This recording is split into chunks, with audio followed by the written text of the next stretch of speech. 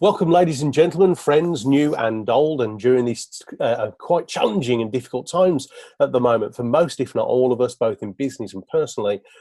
I just thought that I would introduce people over the coming weeks to some of my very clever friends. Some of them are genuine friends who I've known for years. Some of them are people who I've interviewed for my research and come to know well just in the last few years or so. Today is someone who I both respect professionally and as a mate. I've known Mark since he was a young teenager, and he went off to university and then off to work for a train company. And I'll be honest with you, I thought he was selling tickets. And it was only many years later when I met him at my brother-in-law's wedding where he actually said that, "Oh, I work for Virgin." I went, "Oh, Virgin Trains?" Yeah. I said, "What do you do?" He says, "I'm global group brand manager for the Virgin brand." Now, this was back in the day when Virgin brand was absolutely at its peak. It was changing the world. There were companies and brands with the Virgin logo going all over the world. And we are going to have a little chin wag with the guy who he and his team were responsible for that. So we've heard a lot of people talk about the subject of branding. Mark is not only very well placed to tell us about what makes a good brand and how to grow and develop a brand, but also he's got some very, very interesting and some would say almost challenging and contrary opinions on where branding is going next in these challenging times. So, ladies and gentlemen, I have a pen and paper poised. Please feel free to pop questions into the chat box. And my friend Lee Jackson, who's kindly a mate of mine, doing the admin so that we all behave nicely. And if you don't behave nicely, I will come to you, I will find you, and I will hurt you. So all behave, all right? John, stop shaking your head. So, with no further ado, let me introduce my longtime friend, Mark Sears. Mark is former head of group brand strategy for the Virgin Group of companies. He now works as a speaker, coach, and facilitator of change journeys to help pioneering brands and inspirational leaders to become more human by awakening their wild potential. Welcome, Mark Sears, everyone. Hello, everyone. Thanks, Dave. I'll take that. I'll be one of your clever friends today. So I'm super grateful to everyone for sharing their lunchtime today. I do know how much change, complexity, difficulty there is for everybody. So I'm really, really grateful. I guess, as Dave alluded to, I'm not your typical brand guy. I guess that's why I fitted in at Virgin for all those years, and so the work I've done after my time at Virgin have kind of, really been, to have an alternative view of brand. I'm not the kind of brand person that gets excited by logos. I really don't get excited by font types and that sort of thing. What I bring, I think, what I believe in is that the power of brands to change behavior. I see brands as the potential to be activists to create change in the world. And that's what excited me about being at Virgin for all of those years. And when I see brands out there that are changing things, I see that they're taking an activist view. So if there's one thing I want to get across to you today is your brand in this current climate of complexity and change and challenges, how can your brand take a more activist view? And to do that, we need to actually become a little bit more human than we currently are. I love what you said there, Mark, about how a brand should be used to change behaviour. And a good friend of mine, Neil Bakewell, who taught me the publishing business that I run, and he writes historical fiction, and he's quite a historical nut. And he discovered that Henry VIII, back in the day, was almost one of the pioneers of personal branding, because at the time there was no newspapers, no television, nothing that, we'd heard of Henry VIII if we were up in Northumberland wilds, but we didn't know what he looked like or sounded like. And Henry VIII allegedly had hundreds and hundreds of portraits made of himself and distributed them all around the country so that people would know who their leader looked like. And Neil jokingly said that was possibly one of the first personal brands. So what he did changed behaviour. So Mark, tell us a little bit about you as a person, you as a professional, and how on earth did you get into the world of branding? I call myself an accidental brand strategist because it wasn't where I intended to be. And I spent nearly 12, 13 years in the Virgin Group of companies. To reach head of group brand strategy was an extraordinary journey over a relatively short period of time, but it wasn't a choice. I didn't grow up thinking that this is what I was going to do with my life. What did you want to do? When I just graduated as an environmental scientist, of all things, and I'd moved back to the West Midlands, and it was the time that Richard Branson and Virgin had taken over the two worst performing train routes in the country, West Coast and cross country, and he'd been on television and he'd said, I'm going to grass over the M6. That's what I'm going to do. We're going to grass over the M6. Now, as a teenager, I grew up in Walsall in the West Midlands, at the point where the M6 and the M5 joined. It's the busiest stretch of motorway in Europe, as I understand it. So when somebody's talking about grassing over the M6, I'm going to get really quite excited about that. That was an idea that a change that I felt I wanted to be a part of, but you couldn't just go and join that whole organisation. And then I saw an ad, and they were looking for people to come in and answer complaint letters, because they'd had lots of complaint letters, because they'd said that they were going to grass over the M6, and then everybody realised that the product was exactly the same as it was for the previous 30 years, and it takes time to effect change. So they asked people to come in and literally answer complaint letters for 2 weeks. And somehow my face fitted, and I stuck around. I got involved in the whole programme to build new trains, completely redevelop train travel, which saw, patronage grow by 300% over the course of the time that Virgin Trains had that franchise. So I felt like I belonged in a place. I got excited by the idea, grassing over the M6. Of course, the M6 still has cars on it, and I kind of knew that it was never truly going to be grassed over, but it was like, it's an idea. And that's what, brands are ideas that you can get behind. And that's what excited me, and it kept me in. And I guess it was sort of 6 or 7, 8 years into my journey, and I was supporting Virgin Trains look for new business opportunities. And that's when Virgin Group started to work with me. And then they brought me in at that point to support them. So Virgin Group, just to explain a little bit of what Virgin Group is, because it's that little bit that nobody really knows exists, that's at the centre of Virgin. And it licenses and it governs the brand into all the different Virgin companies. There's about 200 different Virgin companies around the world. Really? And it licenses the brand, and it sort of supports the Virgin companies to embody the group brand values. So whether you're a train company or a bank, you all need to embody the brand values. And whether you're in India or whether you're in England, it doesn't really matter. You all have to embody the brand values in the best possible way. So that was the work that I got involved with. So we launched new Virgin companies, and I did a little bit of policing. It wasn't too much policing, but it was more about encouraging and inspiring and supporting Virgin companies to be the best Virgin companies they could be. And it was wonderful. And in that time, we made the only change to the group brand values that have ever existed. The brand values are the same as they ever were 40 years previously. But it was the time when we were really starting to get to recognise the need to be looking after both people, sort of the well-being of people, but also the well-being of the planet. And so we made the first ever change to the group brand values during the time that I was there, which was a wonderful thing to do. And I think it has been guiding Virgin investments to this date. And also got involved with amazing projects like supporting the Desmond Tutu Foundation in Cape Town, and which was an amazing thing to be able to have the opportunity to do. And Archbishop Desmond Tutu is every bit the most inspiring leader I've ever had the opportunity to be around. So it was just a wonderful place to be for 12 years. If you're going to be a name dropper, you name drop Archbishop Desmond Tutu. That is like a name. It's awesome. So tell us a little bit about your time there, and tell us perhaps why it started as a dream job, but I'm guessing that you left for a reason. Tell us about that. Yeah. I guess, why would you leave a dream job? Why would you leave somewhere where you could have the chance to hang out with Archbishop Desmond Tutu? But I guess, so ultimately it comes back down to personal purpose. So I was, I deeply believed in what Virgin Trains were doing, and I believed in the power of brands to change things. It was just after the birth of my first child, and I guess I came to realise that I'd become known as Mark from Virgin. That was who I was, Mark from Virgin. And it was almost like From Virgin was my surname.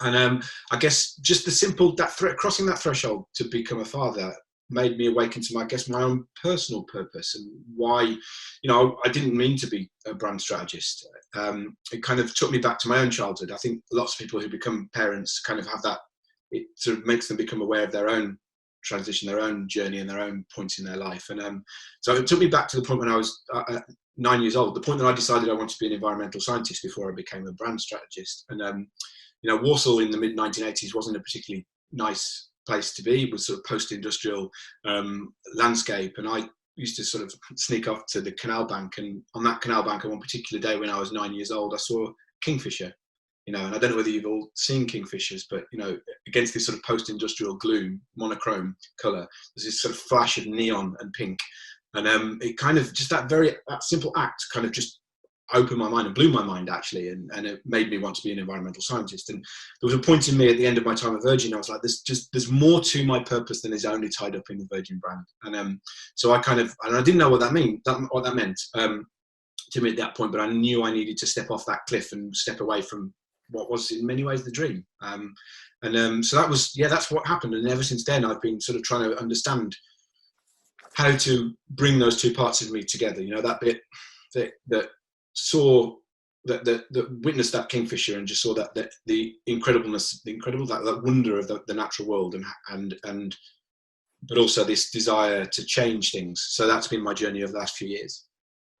Well, let's get deeper into the branding stuff now, Mark, because for the last 3 years I've known you. You've banged on about rewilding, becoming more human, and the wild side of things. So what is rewilding, and what on earth has that got to do with branding anyway?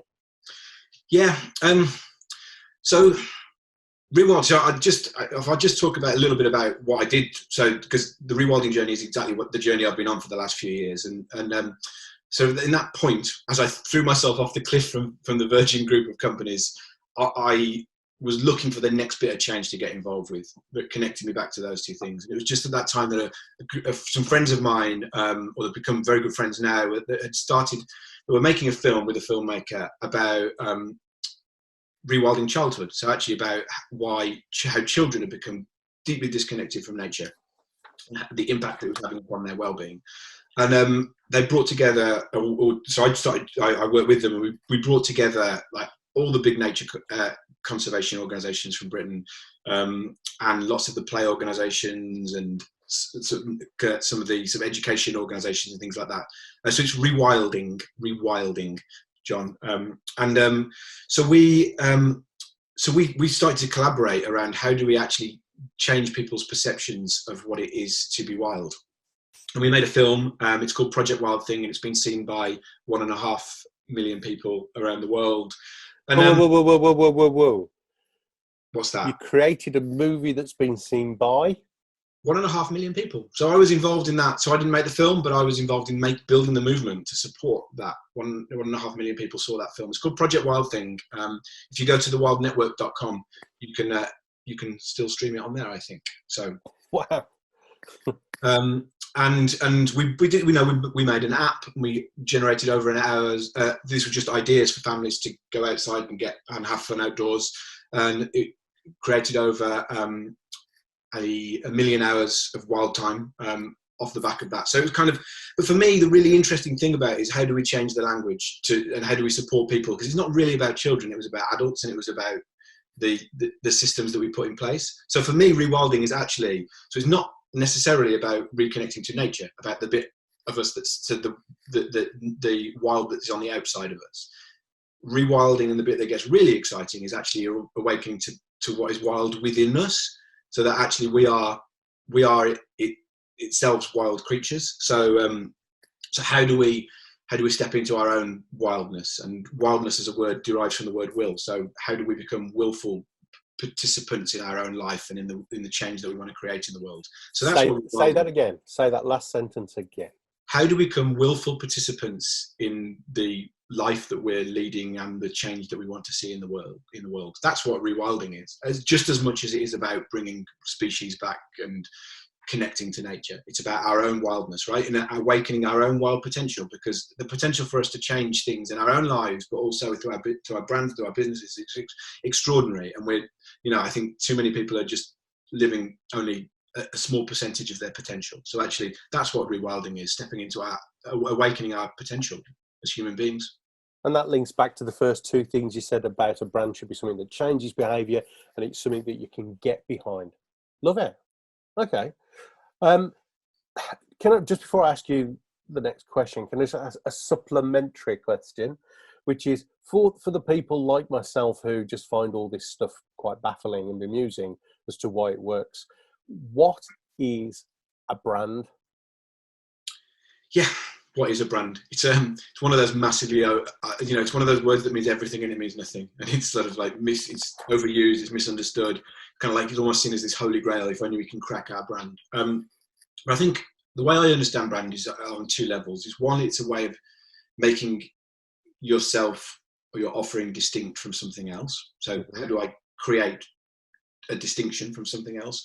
And the other thing is about how do I connect people to my idea or to the thing that I'm creating. So it's about connection and it's about distinction. And people often start to talk about some of the big consumer brands at this point about, Coca-Cola was the first one in somewhere like 1890 and all of that other stuff. But or whether you go back even further to, Josiah Wedgwood in Stoke, putting his stamp on the bottom of the plates to make his beautifully created pots different to the others that weren't so beautiful, or you could take it all the way back to the branding of cattle, or even back further to the way that to cave paintings when we lived indigenously,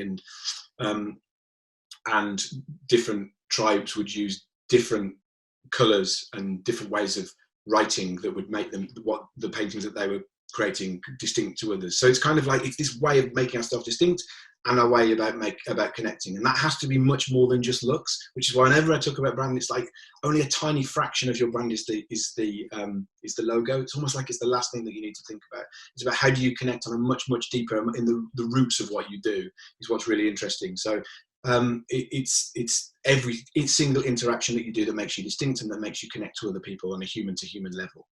So if I the other thing I want to say about a brand is that it's not something that can ever be written down or that can ever be static and stable, because it's a product of your every interaction that you make in order to connect or in order to make yourself distinct. I remember in the Virgin Brand Toolkit, the first line was, now that we've written this down, this is out of date. And it absolutely was, because actually brand is a living and breathing thing. It's a product of our every interaction in the world. So it is a living, breathing thing. So if you think you've cracked your brand, you've got it sorted, you're wrong, because actually you're still interacting, you're still connecting, and you're still making yourself distinct at every moment. So if I'm getting this, please reaffirm if I've got it wrong, but it's an overarching message that encompasses who you are, what you do, how you do it, and how you engage with other people. It's not just the logo. It's a whole essence of why we do what we do, and as well as how we do it. Is that right? It is. It's exactly that. The essence of who you are, why you exist. It ultimately comes down to purpose, which is why there's been this explosion of brand and purpose. There's two things completely align. And actually, to me, your brand is your purpose. It is why you exist. It is why you show up in the world. And so therefore your brand is everything that says that, from a vision, from your voice, from the way you look, from the way that your brand looks, just to the way you carry yourself, the connections that you have in the world, the kind of the relationships that you have as you build your brand, they all speak about you. Everything speaks about your brand. So apart from Virgin, what would you consider to be one of the most successful brands, something that we can sort of hang a hat on and look at a little bit? Well, you see, when I ever get asked this question, it's always hard when you've been in Virgin to kind of look at other brands, and because you always seem to come back to Virgin. But I guess for me, I'm going to go completely away from consumer brands at this point, and I want to talk about Pirates. Pirates, I think, is probably the most successful brand out there. As in Captain Pugwash, as in Captain old school Pirates. Exactly that. So the visual brand, and there's so much depth to this. There's a whole book written on being more pirate by a guy called Sam Conniff, who's also a speaker as well. But no, seriously, look, if you see the skull and crossbones, you know exactly what is coming your way. That brand speaks volume. So it's a visual brand, yes, and it's still, that's a brand that hasn't really been changed for generations, for decades, for years, hundreds and hundreds and hundreds of years. But actually, what that brand spoke of was a set of values, and that set of values is what it is to be pirate. Now, being pirate wasn't just this random group of people that went off sailing the seven seas, ransacking other boats. It was actually a whole way of operating that was different to the standard way of operating as a nation state, if that makes sense. So what they were doing was they were building an entire new system, which was about being alternative about being different. Disruption. Disruption, exactly. They were the ultimate disruptors. They were disrupting the status quo. Yeah. If you look at the rules and the sort of values of being a pirate, you know, the way that they distributed wealth was like way ahead of the way that standard nation states were distributing wealth between themselves. And the other thing is, they often are considered to be warmongers because they did sort of the whole part of what they were doing was about taking money. But ultimately, there's an argument that says that the pirate brand actually created more peace than it did war because it stood for something so powerful. Because effectively it said, as soon as you see the skull and crossbones, it's like, I'm going to steer around there. So it actually meant that people stayed away from them, which meant there was more peace than war. So actually, if you think about brand as storytelling, if you think about brand as creating, building an idea, disrupting it, changing something, I always go back to pirates. So I think everybody needs to be more pirate. And it fits with Wild. You know, they were the kind of wild people that lived on the edge and the margins, but they changed the way that the world worked. Well, you say they created more peace, unless they wore a blue jumper like on Star Trek, and then when they went out somewhere, you knew they weren't coming back. That was going to be a complete car crash.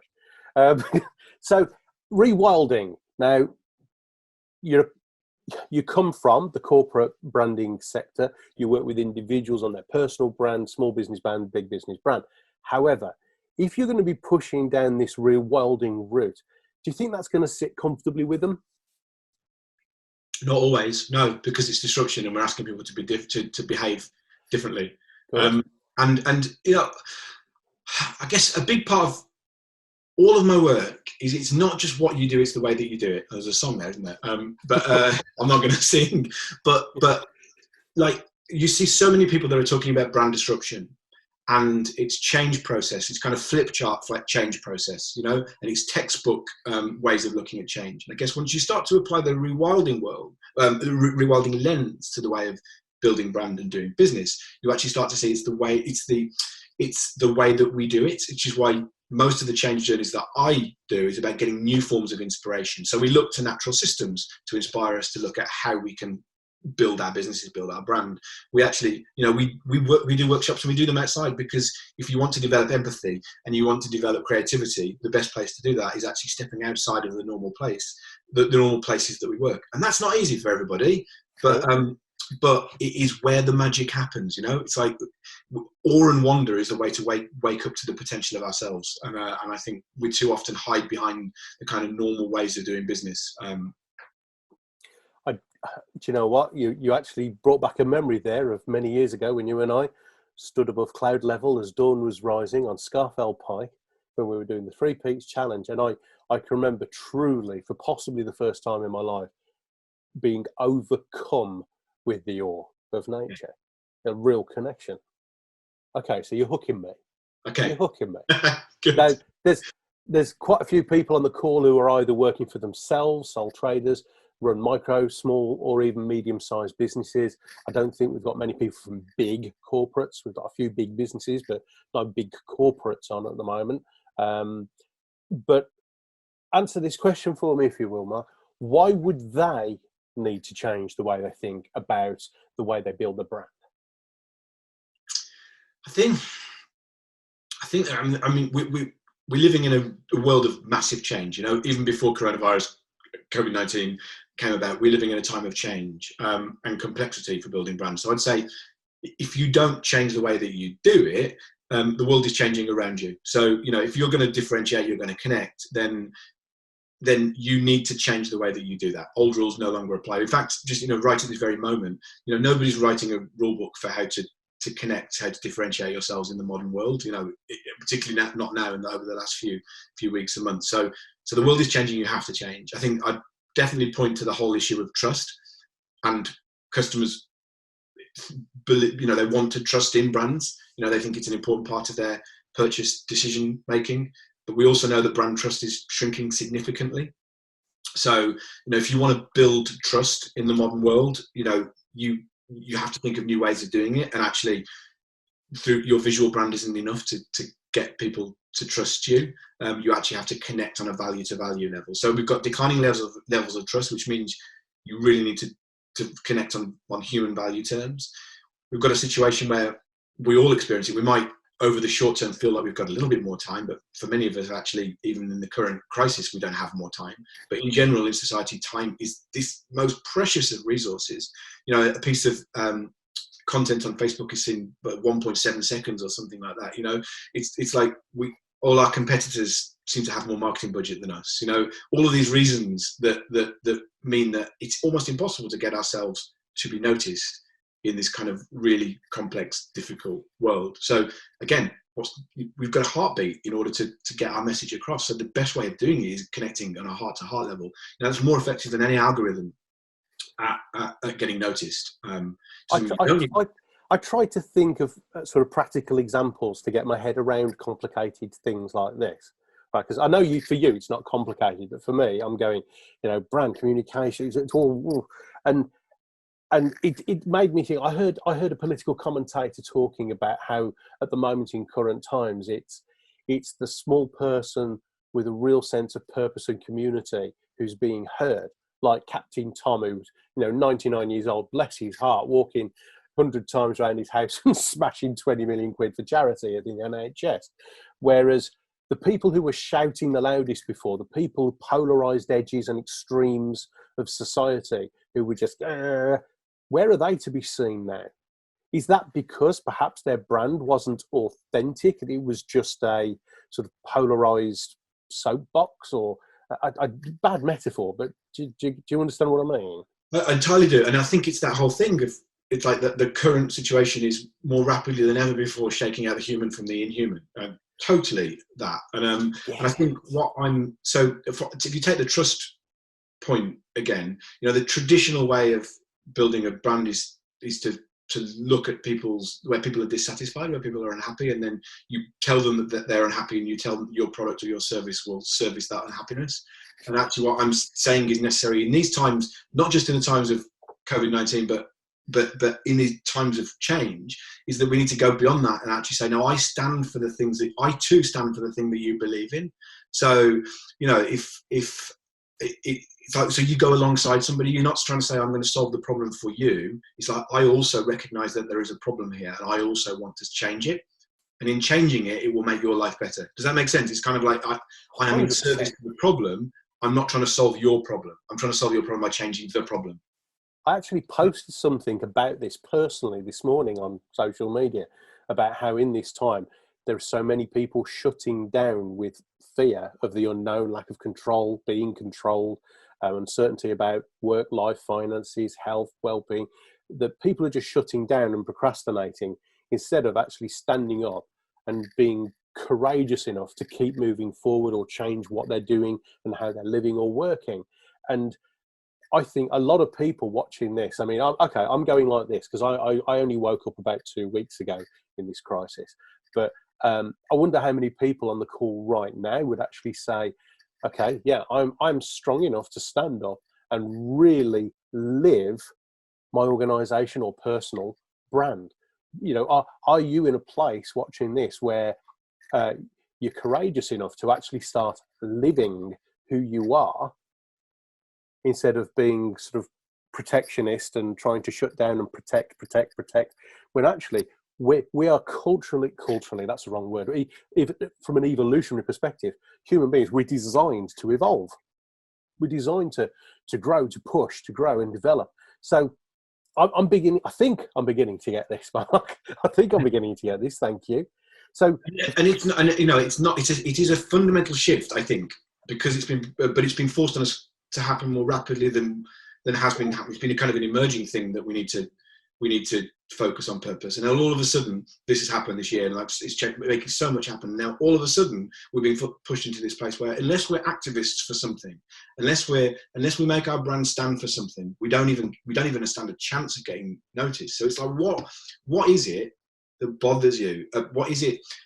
What is the fuel to your fire, right? So what is the thing that wakes you up in the early hours of the morning and you feeling wound up about? And it could be something as trite as that. It could be something as like, I get wound up by the level of rubbish service that I receive online, or it could be. So you might be that like, God, we need to deliver better service. Or it might be, I hate the fact that we don't have any time, so I want to be in I want to be in an activist about time, and you know, so it's like finding the thing that is actually going to be the thing that we want to become of service to, and then you find a way of using that as the way that you communicate yourself, the way that you differentiate yourself, and the way that you connect.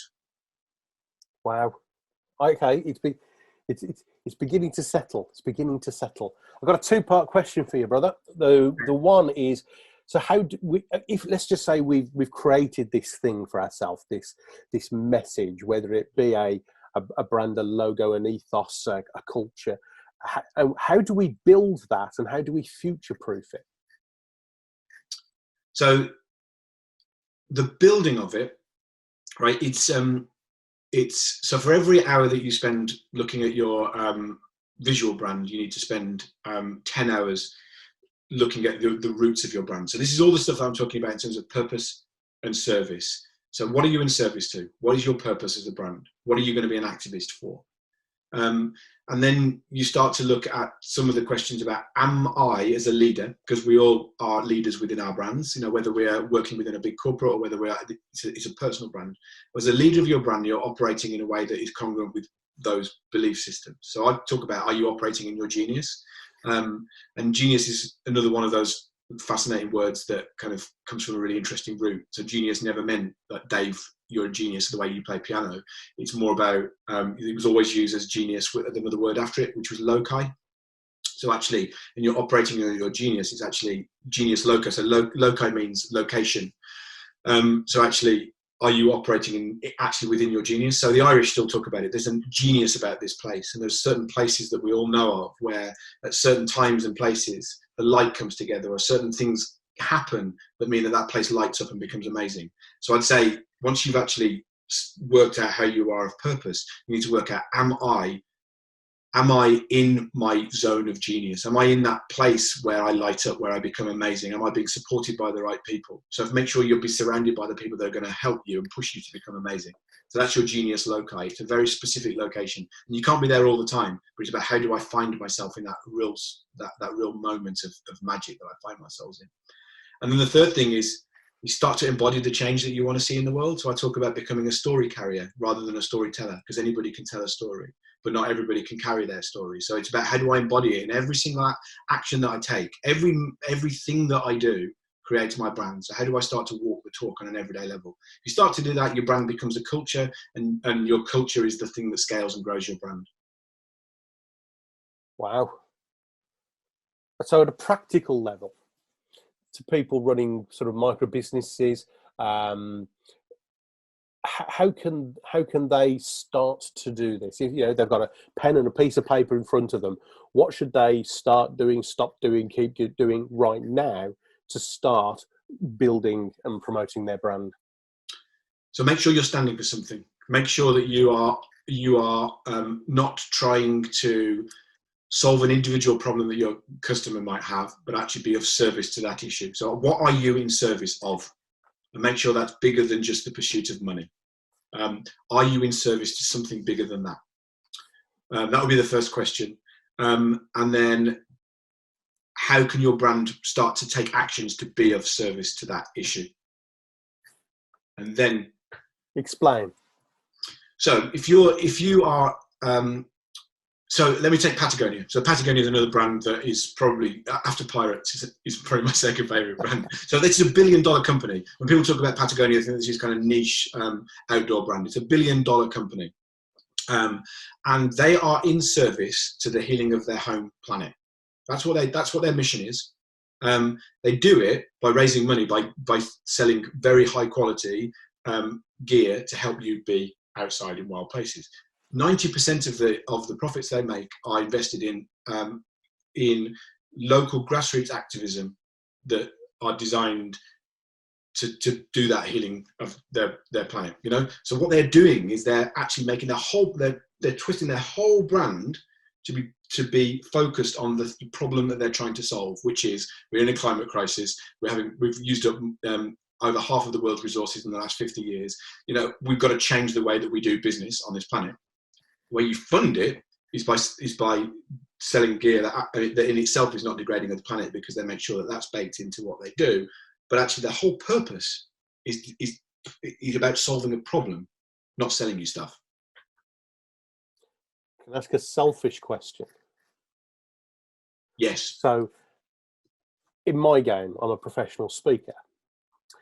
How can I make sure, I was going to say, how do I make sure I stand for something, and then I stand for massive goals, massive goal setting and things like that. But how can I make sure that I do this consistently? We've had a question from Val King, and she says, how do you ensure you come over with authenticity? And it's quite, I think, Dad just took the words out of my mouth. It's easy to say just be authentic, but how can we ensure that we live that message, embody it?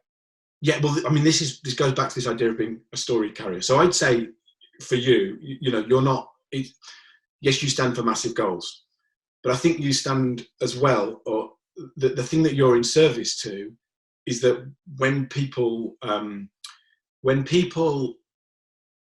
are sort of working towards their massive goal, they are delivering to they're delivering to their whole human potential, right? So that's what I see when I see you in service to your work. You are helping achieve human potential, right? Because you're helping people see beyond the mundanity of small goals into something that's extraordinary and big and that can change stuff.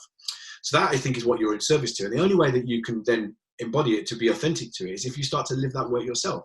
So actually, are you yourself setting realistic and achievable goals? Or are you setting yourself massive goals? Are you living that in every day?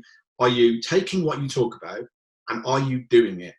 That's the story carrying bit, So you can tell that story around massive goals, but if you're not living it, if you're not doing it, if you're not making it a part of your everyday existence, then you will come across as inauthentic. If your business is a series of tiny micro goals, it will become transparent. In this world of social media, people will see through that. So that's why I talk about story carrying, not story telling, because to carry a story is you're living it. It's with you. It's part of you. And that's why I see when I see you talking about massive goals, it is part of you. It's part of what you bring every time you show up in the room. And I bet if we were to go to gallery view now and everybody to raise their hand and vote, we all know people and organisations who really, really talk the talk. But actually, we know instinctively that there's something not quite right. There's not the substance there. So this is really landing with me, Mark. Really landing with me. So for me, this is your roots, right? This goes back to the fact that this is your roots. If you spend your time on your roots, you're being authentic. You're knowing your purpose. You're knowing what you're in service to, and you're living it. You're embodying it in everything you do. Then you will come across as authentic. And there's a reason why that's important, and it's exactly what we're seeing now in this time of massive change when markets have just collapsed. It's like, if you think of a tree with strong roots, it doesn't fall over, and it's exactly why we need to be making sure that we stay in our roots, that we build our roots. And if you think about those brands that are inauthentic, they're the ones that have got this, that aren't clear about their purpose. They aren't clear about this other stuff. They're not investing in their roots. And then when shock comes, they're not prepared for that. Do you know? There are lots of other complicated factors that I need to be, very sensitive to about why things are failing at the moment. It might be nothing to do with service and purpose and all of those kind of things, but actually it does form a point of insulation from big shock. Is if you're focused on purpose, and being of service, and you're embodying it in every action that you take. Mark, this is gold dust. I mean, Lee, if you could start highlighting a few of the questions, so that in a minute we can unmute yourself and start asking some questions from the chat box, because I can see we've got some great ones coming in. But Mark, I'll ask you this one, because I know with the purpose stuff that I coach people and teams through, and your own branding stuff, it is very challenging to implement. It takes courage. So at a time like now, where a lot of people are actually feeling quite insecure and fearful, and I also accept and get that when you're working with purpose, living with purpose, when you are living your brand, delivering your brand, it actually gets easier and easier and easier to be that authentic.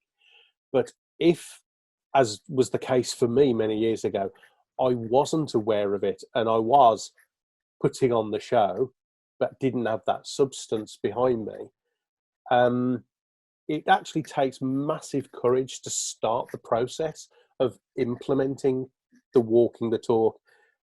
I know this isn't a guided question for you. I'm asking you to think off the top of your head here, but how can people watching this who go, right, I know what I've got to do, but I'm scared to do it? What advice? Yeah, I think, I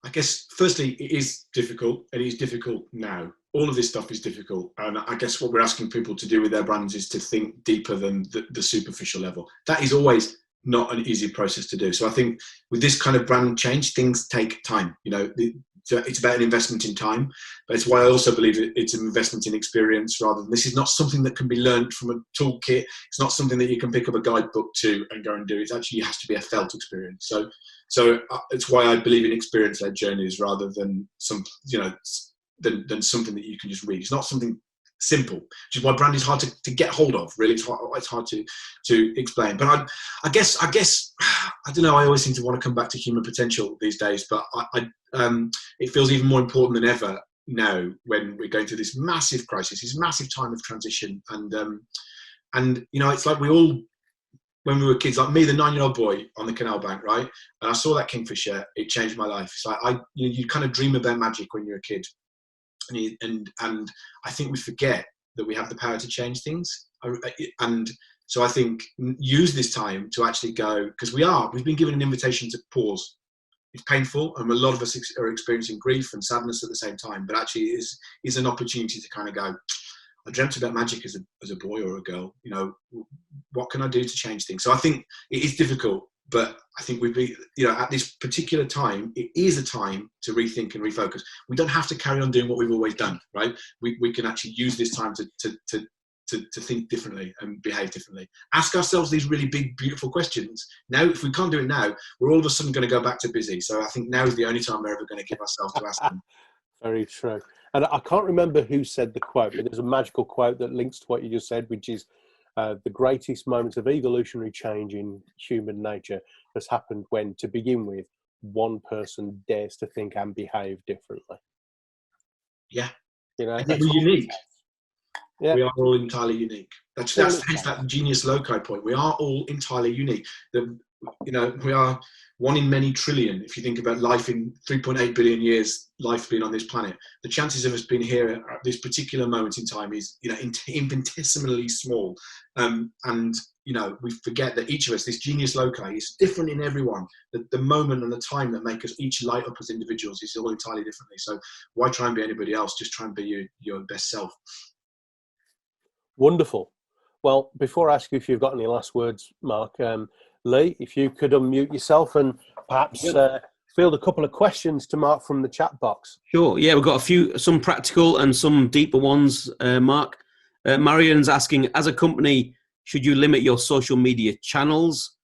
Which are the most recommended channels to tell your story? Because I guess you can send mixed messages on different channels, can't you? So, yeah, you can. I think for me, it's about knowing where, this idea of you're building a tribe around the change that you want to see in the world. Where are they hanging out, and investing your time in there. I think there are so many of them. I think you can easily get distracted that you have to have a different message for every single one. So I think work out where the people that share the change that you want to see in the world are hanging out, and go and hang out with them. Okay, great. Laura goes for the branding question. Is it possible for others to see your personal brand before you do? Definitely. I think, our personal brands are being mirrored back to us by everybody around us all of the time. And I think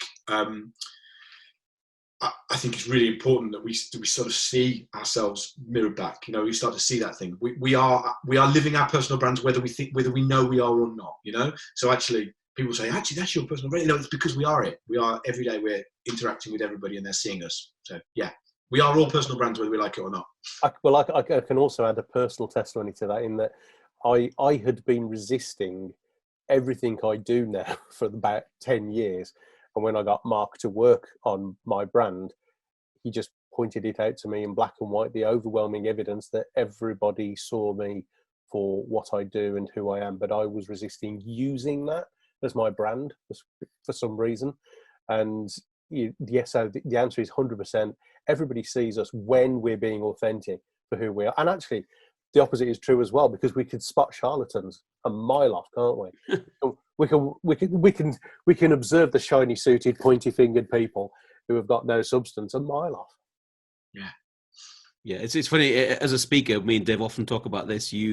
We've in the industry, we've seen lots of very, very unproductive productivity speakers and very unorganized speakers who should turn up on time and they don't. You know what I mean? That kind of thing. So it's good fun, isn't it? Great questions. How do you enable the people in your team to genuinely connect with your brand and bring their own authenticity to it? Dana is asking that. Yeah, no, it's how do you get?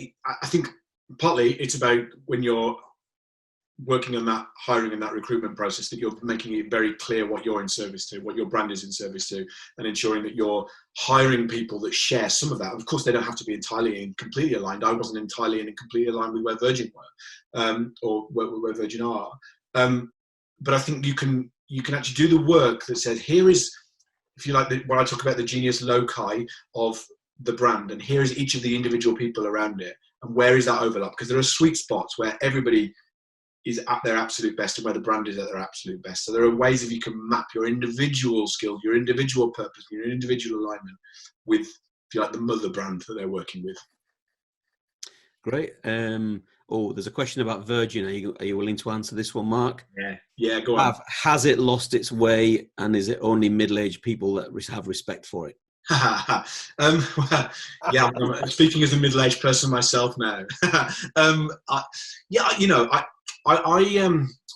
was always this beautiful tension in Virgin between we were always the kids in trainers, which were the kind of brand team, and there were the men in chinos, and they were the kind of investment team. And there was a beautiful tension between those two things. So how do we make money, and how do we keep the brand to its truest and most perfect sense? And I just wonder whether the balance of power has become out of kilter. I think the Virgin brand is so intrinsically embedded within one person, with Richard, and now Richard is 70 this year. So it's like, how does it remain its youthfulness? How does it, we were looking at investing in music businesses sort of 7, 8, 9 years ago, and actually as a way to make sure that the brand was reinvigorated. So I guess, from my point of view is, I think it needs to put its money where its mouth is now in terms of really showing up and being the thing that it says that it's going to be, which is the consumer champion shaking up the market. And I think now is the time for Virgin to stand up. Wow. I think what you've just said there, Mark, is also true in what we're experiencing here in the UK, and I'm sure in other countries around the world right now, where there are certain brands that maybe we respected before, but right now are doing the right thing. They're being of service, they're helping, they're stepping up, stepping out, volunteering, going the extra mile. And, we've always loved our NHS, National Health Service here in the UK, but right now they're sort of positioned to superhero status for truly showing, and what did you call it? Standing for something and being of service to the problem. They are absolutely walking their brand right now.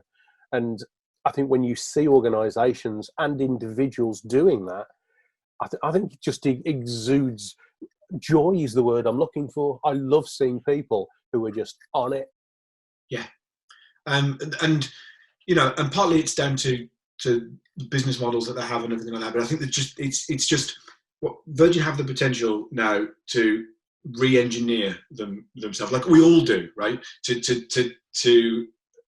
We're going to be seeing a vastly different world. We already are seeing a vastly different world. There's no such thing as normal again after this. So I think for Virgin, for every big brand, every little brand, it's like, are you prepared to be human in this new world? Are you prepared to, people are going to need, there's going to be more problems that emerge. We're going to need people in service to those problems. So it's like, can Virgin adapt? Can Unilever adapt? Can everybody adapt quickly enough to not to take advantage, but to be of service? And the irony is by going that extra mile, people then come back to you because they know, like, and trust you. Yeah, and they align with that. They align with the change. So it's like, I see that you're trying to change something. And, it's like Unilever's, they've for the last 10 years, they have a sustainable living plan.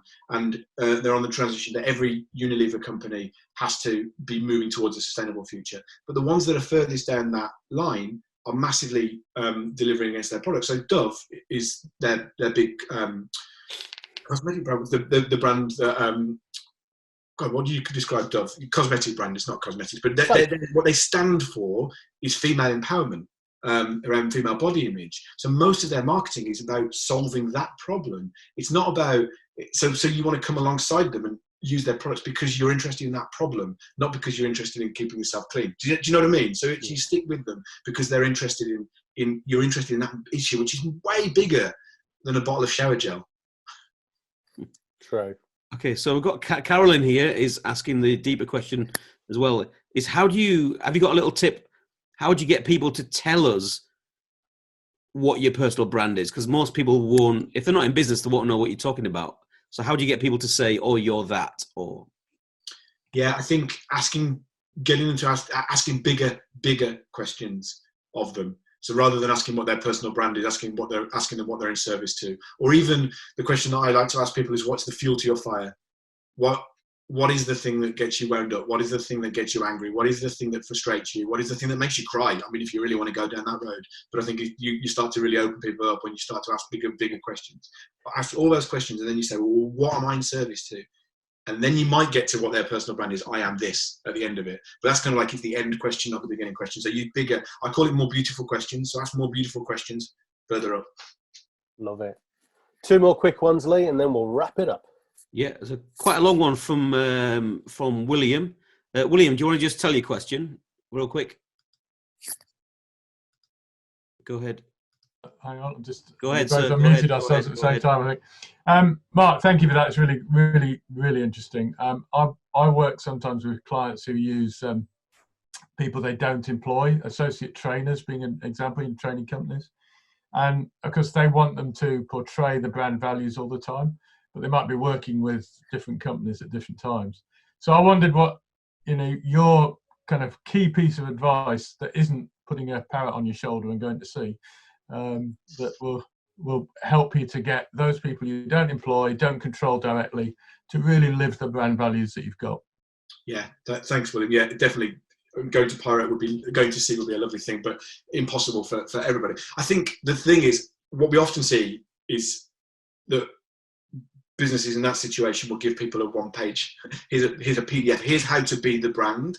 It doesn't work like that. This is the thing, the brand is a lived experience. So I think actually, if you're going to be serious about the associates you build, the freelancers you employ, you actually need to invest in them to get them to understand what it is to be a brand, which is why, again, it's about experience-led things. You don't have to take them to see, but you do probably need to do some actual training to say, this is how we walk our talk. This is how we embody the change that we want to see. This is what we're in service to. And if you're going to come alongside us and work with us as an associate, you're going to need to somehow align with that. So it's not a toolkit, it's not a PDF, it's actually probably something that is a lived experience. So you're actually spending time with them.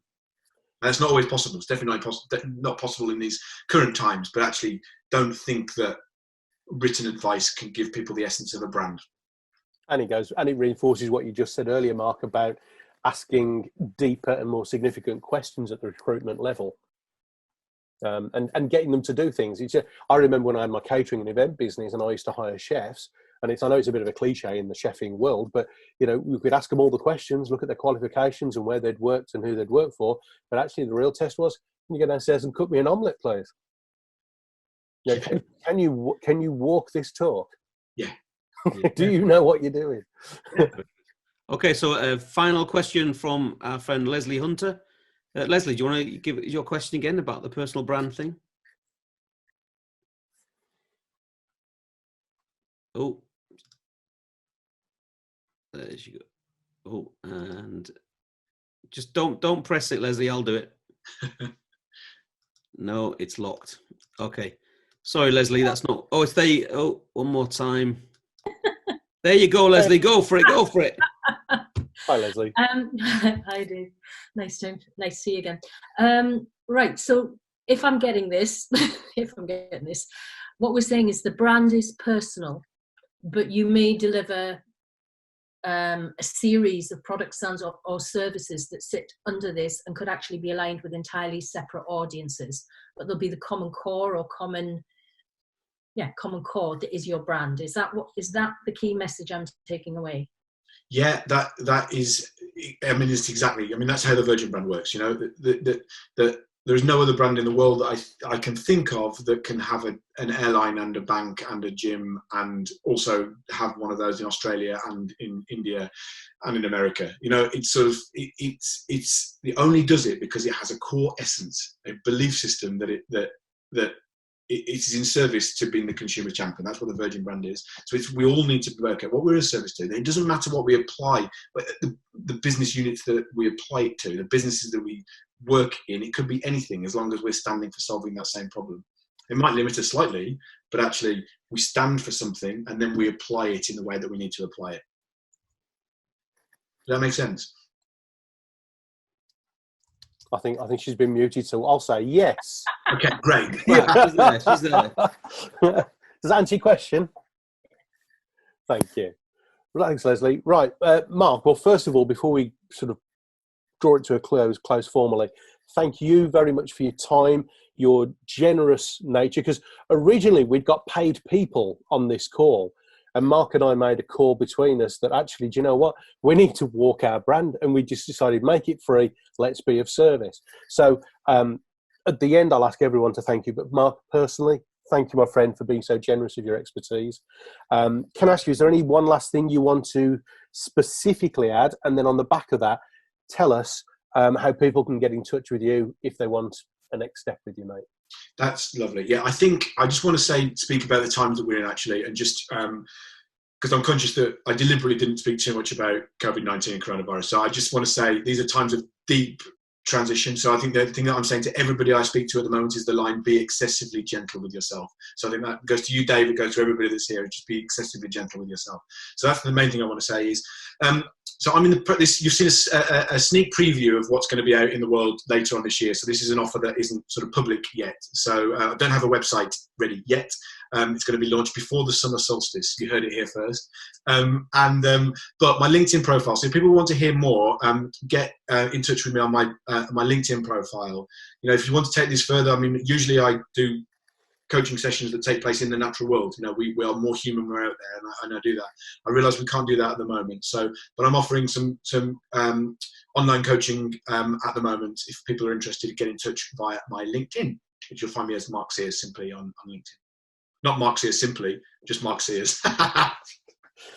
Well, Mark, I think before you click off, you need to have a read through the chat box because people are posting some very lovely messages for you.